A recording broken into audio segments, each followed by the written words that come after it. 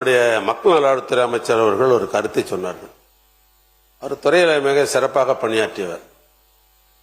என்போர்ஸ்மெண்ட்ல அது எந்த செய்திகள் கிடைச்சாலும் அது ஒன்றும் பெரிய 100% உண்மை அல்ல. என்போர்ஸ்மெண்ட் ஒரு வகையான போலீஸ் தான். அது ஒரு வழக்குகள் ஒரு துறை சார்பாக வழக்கு தொடுத்து நீதிமன்றத்தில் இருக்குது. நீதிமன்றத்தில் இருக்கிற வழக்கை பொறுத்த அளவுக்கு அது எந்த சைடா இருந்தாலும் அது பொருள் குறித்து சட்டமன்றத்தில் விவாதிக்க கூடாது என்பதே ஏற்கனவே விதி. அது உங்களுக்கே தெரியும். எந்த நிகழ்வாக இருந்தாலும் நீதிமன்றத்தில் இருந்தால் விவாதிக்க முடியாதுங்க. ஒரு நிமிஷம் ஒரு விளக்கம் மட்டும் சொல்றேன். இந்த பொருள் தொடர்பாக வழக்காடு மன்றத்தில் வழக்கு நிலுவையில் உள்ளதுன்னு அதோடு நிறுத்திக்கலாம். வழக்குகளுக்குள்ள போய் அதை பற்றி விவாதிப்பதும் அதை பற்றி கருத்து சொல்வதும் தான் தவறே தவிர இந்த தேதியில் இந்த பொருள் பற்றி ஒரு வழக்கு தொடரப்பட்டிருக்கு சொல்ல தவறில்லை. அவர் என்ன சொல்றாரு, என்போர்ஸ்மெண்ட் டைரக்டரேட் ஒரு இன்ஃபர்மேஷன் கொடுத்திருக்காங்கன்னு சொல்றாரு. இன்ஃபர்மேஷன் கொடுத்திருக்காங்களா இல்லையான்றது ஒரு ஃபேக்ட். அது எல்லாருக்கும் தெரிஞ்சது. அதுல ஒன்றும் அதுக்கான ஆதாரம் கூட தேவையில்லை. அதுவே வழக்காடு மட்டும் இருந்து அதற்குள்ள போய் சொன்னாதான் தவறு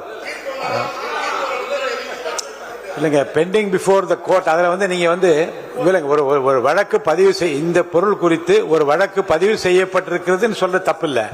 ஆனால் வழக்கு விவரங்களுக்கு அதை பற்றி விவாதிப்பதும் கருத்து சொல்வதும் தவறு. என்போர்ஸ்மெண்ட் சார்பாக ஒரு வழக்கு இருக்கிறது என்று அவர் சொல்லியிருந்தா அதை பற்றி நான் முறையிட மாட்டேன். அதுல ஆதாரம் இருக்கிறது, என்போர்ஸ்மெண்ட்ல ஆதாரம் இருக்கிறது என்ற ஒரு வார்த்தையை பயன்படுத்தல் தான் நாங்க வரேன். அதனால பொதுவாகவே வழக்கு மன்றத்தில் இருப்பது நாம் எப்பொழுதும் இங்கே விவாதிப்பதில்லை. ஒன்று. மற்றொன்று, நான் ஏற்கனவே சொல்லிட்டேன், எதுவாக இருந்தாலும் ஆதாரத்தை உங்களிடத்திலே கொடுத்து விட்டு தான் பேசணும். 2. நம்முடைய பொதுப்பணித்துறை அமைச்சர் அவர்கள் சம்பந்தம் இல்லாமல் இது இல்லாமல் தேர்தல் நேரங்களிலே தொழில் ஆரம்பிக்கிற தொழிலதிபர்கள் அரசியல் கட்சிக்கு இன்றைக்கு ஒன்றிய அரசாங்கம் ஆண்டு கொண்டிருக்கிற அந்த இயக்கமாக இருக்கட்டும் அல்லது அதிமுக இருக்கட்டும், அரசியல் இயக்கங்கள் எந்த அரசியல் இயக்கங்களாக இருந்தாலும் தொழிலதிபர்கள் அதிகாரப்பூர்வமாக வங்கியின் மூலமாக நன்கொடையாக தருகிறார்கள். அது எதற்காக நன்கொடை கொடுக்கப்படுகிறது என்பது வாங்குவவர்களுக்கும் கொடுத்தவங்களுக்கு தான் தெரியும். சுப்ரீம் கோர்ட்ல மிகப்பெரிய வழக்கு அதை பற்றி விவரங்கள் எல்லாம் ஊடகங்கள்ல தெரியல தெரியும். அதனால வழக்கு அதாவது கணக்கில் கொடுக்கிற பணம் ஒரு தொழிலதிபர்கள் கொடுக்கிறது. அந்த அடிப்படையில் தான் என்னுடைய அருமை நண்பர், இன்னும் சொல்ல போனா நீண்ட நாளே என்னுடைய நண்பர் மார்டின் அவர்கள் அவர் கொடுத்திருக்கிறார் சொன்னாக்கா, ஏன் அவர் கொடுத்தார் தொழிலதிபர் என்று கேட்பதுதான் சரியா இருக்க முடியும். அது இங்க பகிர்ந்து கொள்வது என்பது அது சரியா இருக்காது. அது நீங்க தவிர்த்தணும், அது எடுத்தணும் நான் கேட்டுக்கிறேன். ஒண்ணு.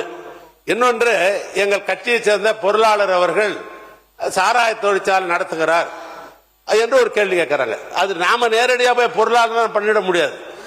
எந்த ஆட்சியாக இருந்தாலும் சரி, ஒரு தொழிற்சாலை ஆரம்பிக்க வேண்டும் என்று சொன்னால் அதுக்கு எல்லா தகுதிகள், குவாலிபிகேஷன், அப்ளிகேஷன் போடுறதுக்கெல்லாம் தகுதி இருந்தாதான் அரசு தான் லைசன்ஸ் தருது.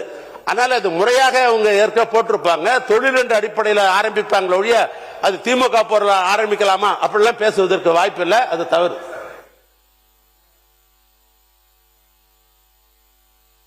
உறுப்பினர் வாய்ப்பு தர இருங்க. பேரவைத் தலைவர் அவர்களே, அவர் ஏற்கனவே உயர்கல்வித்துறை அமைச்சர் பேசுகிற போது அவையில் இல்லாதவர்களை பற்றி பேச வேண்டாம் என்று காலையிலே சொன்னார்கள். இப்போது முன்னாள் முதலமைச்சர் அவர்களை பற்றி நேரம் அப்பாவை கேளுங்க, மாமாவை கேளுங்க, எல்லாம் அவை குறிப்பிலிருந்து எடுங்க அப்படிலாம் கேட்கறது. அவை குறிப்பிலிருந்து எடுங்க. நீங்க பேசுங்க.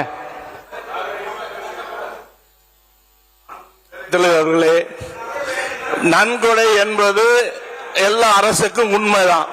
ஆனா நன்கொடை என்பது வாங்கினார்களா, அந்த பணிக்கு நான் இந்த பணியை கொடுக்கிறோம் என்று வாங்கினாரா என்பது மாண்புமிகு முன்னாள் ஐஏஎஸ் மினிஸ்டருக்கு நல்லாவே தெரியும். எந்த பணிக்கு என்னென்ன பண்ணாங்கிறது அவருக்கே தெரியும். அதனால ஆதாரம் இருக்கு என்ற எதிர்கட்சி தலைவரே ஆதாரம். ஏன் நேர்ல ஆதாரம் எந்த சொன்னது உண்மை இருக்கு என்று சொல்லுவது நியாயம் இல்லை, சட்டத்துக்கு புறம்பானது. உட்காருங்க முடிச்சிருங்க. நீங்க முடிங்க. சொன்னா எப்படி அவங்களே பேசிட்டு எல்லாத்தையும் என்ன முடியும்னா நான் எங்க போய் முடிப்பேன். மாண்புமிகு பேரவைத் தலைவர் அவர்களே, எனக்கு நேரமே கொடுக்காம எல்லாரும் பேசிட்டு என்ன முடியும்னு சொன்னா இல்ல, அது உங்க தவறு. நீங்க வந்து இருங்க, நீங்க வந்து உங்க தொழிலை பற்றி மட்டுமே 10 நிமிஷம் பேசியிருக்கீங்க. இல்ல பேரவைத் தலைவர் அவர்களே, அனுமதிக்க முடியாது. இன்னும் 3-4 பேர் பேரவைத் தலைவர் அவர்களே, நான் கேட்டது மதுவிலக்கு பத்தி தான். அவர் சொன்ன விஷயம் தான் பதில். பிரச்சனை எங்கிருந்து ஆரம்பிக்கிறது என்று சொன்னால் அமைச்சர் கூறிய பதில் இருந்து ஆரம்பிக்கிறது. நீங்க அமைச்சரிடம் தான் அதை கேட்க வேண்டும். நான் கேட்ப ஊழலை ஒழித்ததினால்தான் உங்களுடைய வருமானம் கூடுகிறது என்று சொன்னால், நம்மளா உறுப்பினராக 2011 இருக்கும்போது 30,000 கோடி இருந்தது, இன்னைக்கு 54,000 கோடி வந்திருக்கு. ஒவ்வொரு ஆட்சி காலத்திலும் ஊழலை ஒழிச்சதுனால்தான் மதுவினுடைய வியாபாரம் அதிகமா இருக்குதா, வருமானம் அதிகமா இருக்குதா என்பதெல்லாம் இது கேள்வி அல்ல, பொருள் அல்ல. என்னுடைய கேள்வி, என்னுடைய பொருள், நான் சப்ஜெக்ட் உள்ளதான் பேசுறேன். முன்னாள் முதலமைச்சர் அவர்கள் வந்து பேரவைத் தலைவர் அவர்களே, இங்கு சில தவறான முன்னுதாரணங்களை இங்கே மாண்புமிகு அமைச்சர் அவர்கள் முன்னாள் முதலமைச்சர்கள் பேரை குறிப்பிட்டு விவாதத்தில் உள்ளே வைத்திருக்கிறார். அந்த நன்கொடை என்பது அகில இந்திய ரீதியில் பாரதிய ஜனதா கட்சி வாங்கியிருக்கிறது, காங்கிரஸ் வாங்கியிருக்கிறது, மற்ற கட்சிகள் எல்லாம் அந்த பணம் அந்த பணம் சொல்லி முடிச்சிருக்கிறேன், வாங்கியிருக்கிறது.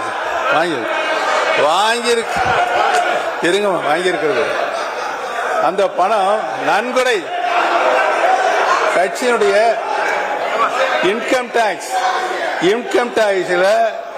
டாக்ஸ்ல உள்ள போய் தொழில் மூலமா சம்பாதிச்சப்படுறதுக்கு இன்கம் டாக்ஸ் கட்டிய பணம் அதோடைய வங்கி கணக்கில் இருக்கிறது.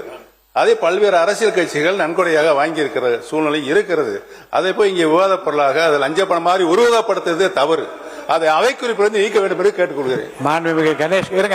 மாண்புமிகு கணேஷ்குமார் அவர்கள் இந்த மதுவிலக்கு பற்றிய பேசிய பேச்சுக்களுக்கு பிறந்த அனைத்து விவாதங்களையும் நான் ஆய்வுக்கு எடுத்துக் கொள்கிறேன்.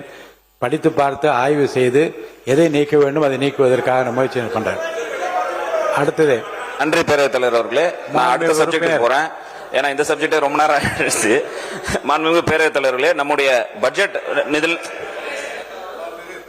இது குறித்து நீங்கள் விசாரணை செய்து முடிவு செய்த வரை இதை பத்திரிகைகள் தொலைக்காட்சியில் அறிமுகப்படுத்தக்கூடாது.